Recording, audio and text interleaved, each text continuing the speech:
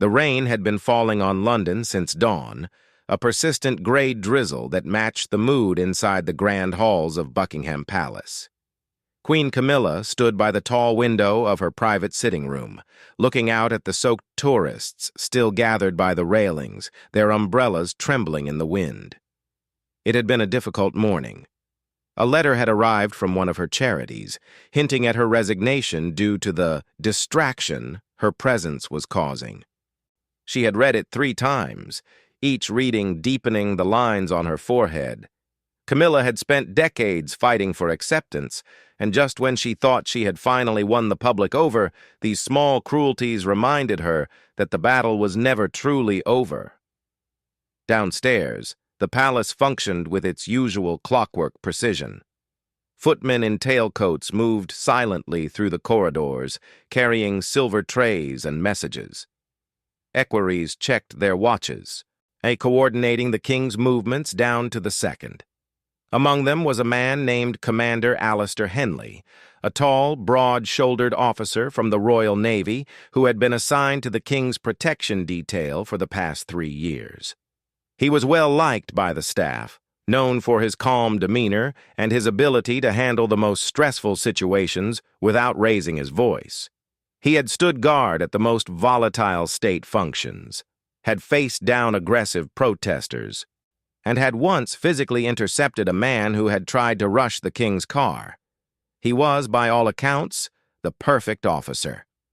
But on this particular afternoon, Alistair was tasked with a different kind of duty. He had been summoned to the Queen's quarters to receive a sealed document, a private memorandum from her office to be delivered to the King's private secretary. It was a routine administrative task, the kind that filled the long hours between state events. But he knocked on the door of the Queen's sitting room, was admitted by her personal assistant, and stepped inside. Camilla turned from the window. She was still holding the letter from the charity.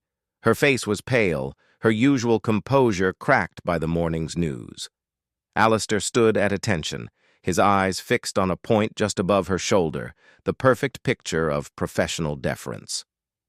"Your Majesty," he said, his voice low and even.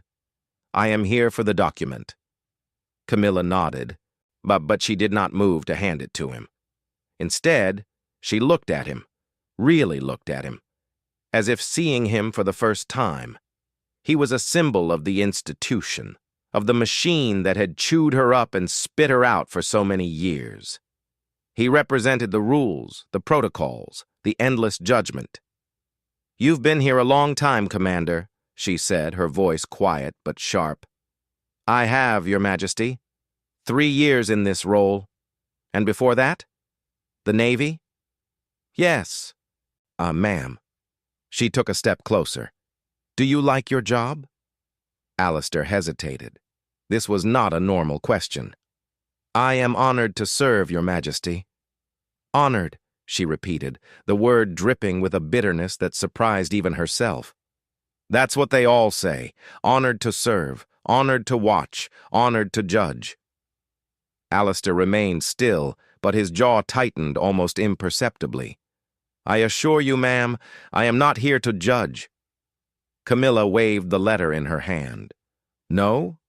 But then what do you make of this? Another charity asking me to step down. Another group of people who think I am not fit to be associated with them. Do you think they are right, Commander?" "I am not in a position to have an opinion on such matters, Your Majesty." "Of course you aren't." She laughed, a hollow sound. "You're a machine. You stand there, you take orders, you don't think. You're just like the rest of them. Just like the ones who whispered about me for years, who made my life a misery, who called me names behind my back. You probably have a nickname for me too, don't you? All the staff do." Alistair's face remained impassive, but a muscle in his neck twitched. "I have never referred to you disrespectfully, ma'am." "Never?" she pressed, stepping closer still. "Not even once?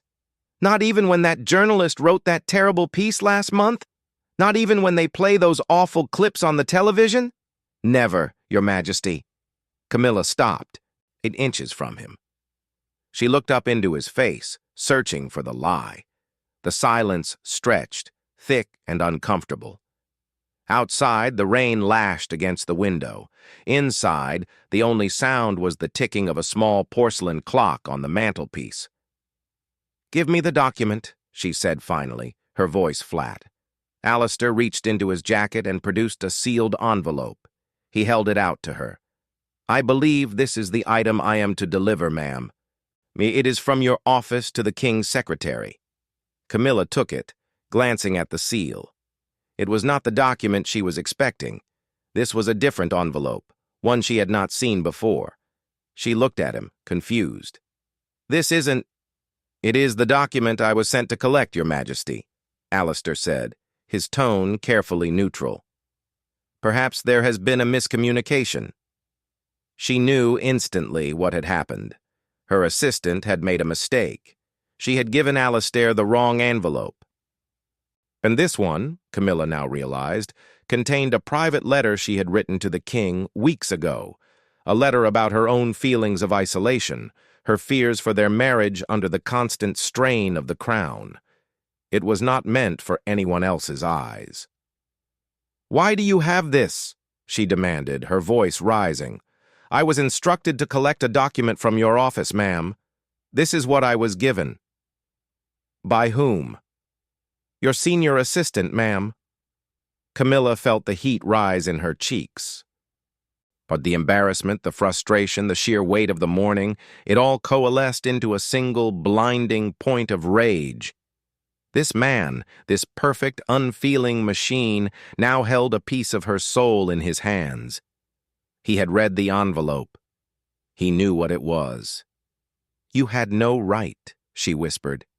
"I merely followed the instructions given to me, Your Majesty." "Instructions!" she spat. "You hide behind instructions. You hide behind your uniform and your protocol. You have no idea what it is like to live a life where every word you write, every thought you have, can be picked up and carried away by a stranger." Alistair remained silent. It was the only defense he had. Camilla's hand tightened around the envelope. She took a step back, then another. Her eyes were blazing. "You will forget this," she said. "You will forget you ever saw this envelope. You will deliver the correct document, and you will forget this ever happened. Is that clear?" "Yes, ma'am." But it wasn't clear. It wasn't clear at all. The rage was still there, boiling beneath the surface. She needed to hit something, to break something, to make him feel even a fraction of the humiliation she felt. And then, in a moment of madness that she would regret for the rest of her life, she acted. She swung her hand, the one holding the envelope, and slapped him across the face. The sound was sharp, like a branch snapping in a storm. Alistair's head barely moved. He was too well trained to flinch, but his eyes widened, just for a fraction of a second, in pure, undisguised shock. A red mark began to bloom on his cheek. Camilla froze, her hand still in the air. She looked at what she had done, and the rage drained away, replaced by a cold, creeping horror. She had struck a palace officer. She had committed an act of violence against a servant of the crown. In the rigid, unforgiving world of the monarchy, this was unforgivable. Alistair swallowed hard. His voice, when it came, was barely a whisper. "Is there anything else, Your Majesty?" Camilla could not speak. She shook her head, a tiny, jerky motion. He turned, walked to the door, and opened it. He did not look back. He stepped into the corridor and closed the door softly behind him, leaving Camilla alone with the rain, the ticking clock, and the terrible weight of what she had just done. The news traveled through the palace, not in words, but in glances. The footman saw Alistair walking down the corridor, his face pale, the red mark visible against his skin. A maid noticed the Queen's assistant looking flustered, emerging from the sitting room with a sealed envelope clutched in her shaking hands. Within an hour, the senior staff knew something had happened. Within 2 hours, the whispers had reached the ears of the King's private secretary. Charles was in his study, reviewing the papers for the following day's Privy Council meeting. He was tired. At the weight of the crown, the constant demands, the endless stream of problems requiring his attention, it was grinding him down. He missed the simpler days, the days when he could wander the gardens at Highgrove and talk to his plants without someone recording his every word. His private secretary, Sir Clive Alderton, entered the room without knocking. This, in itself, was a breach of protocol, serious enough to make Charles look up immediately. "Sir Clive," Charles said, setting down his reading glasses. "What is it?" Clive closed the door behind him. His face was grave. "Sir, we have a situation. An incident involving the Queen and one of the protection officers." Charles felt a cold knot form in his stomach. "What kind of incident?" Clive hesitated, choosing his words with extreme care. "It appears that the Queen struck Commander Henley in her sitting room approximately 2 hours ago." The silence in the room was absolute. Charles stared at his secretary, waiting for him to say it was a joke, a misunderstanding, a ridiculous rumor. But Clive said nothing. He simply waited. "Struck him?" Charles repeated, his voice hollow. "As in, hit him?" "Yes, sir. There is a visible mark on the officer's face. The commander has made no formal complaint, but he has requested to be relieved of his duties for the rest of the day. The word is already spreading among the household staff." Charles rose from his chair. Yes, he walked to the window, his back to the room, and looked out at the gray sky. He thought of Camilla, of the pressure she was under, of the decades of cruelty she had endured. He thought of Alistair Henley, a dedicated officer who had served with distinction, and he thought of the institution, the fragile, ancient institution that he was sworn to protect. "Has anyone spoken to her?" he asked. "Not yet, sir. We were waiting for your guidance." Charles turned. His face was a mask, but his eyes betrayed the turmoil within. "Send for the commander. I will see him personally, and ask the Queen to join us in the audience room in 1 hour. No, not the audience room, the small drawing room. Make it less formal." "Yes, sir." "And Clive," Charles stopped him at the door. "Keep this contained, as long as possible." Clive nodded and left. For the next hour, Charles sat alone, trying to compose his thoughts. He thought about his mother, the late Queen, and how she would have handled this. She would have been disappointed, he knew, deeply disappointed. Not angry, but disappointed. That was always worse. He thought about the fragility of the monarchy in the modern age. One scandal, one misstep, and the tabloids would descend like vultures. "Queen slaps officer." He could already see the headlines. It didn't matter that Camilla had been provoked by a lifetime of pain. It didn't matter that Alistair was a professional who would likely never speak of it. The story would take on a life of its own. He also thought about Alistair. The man had a family, a career, a life built on discipline and honor. And now, through no fault of his own, he had been humiliated by the Queen of England. Charles knew with a heavy heart that the institution would close ranks. Alistair would be shuffled aside, given a desk job far from the palace, and he would be encouraged to retire early. It was the way things worked. The machine protected itself. But Charles was tired of the machine.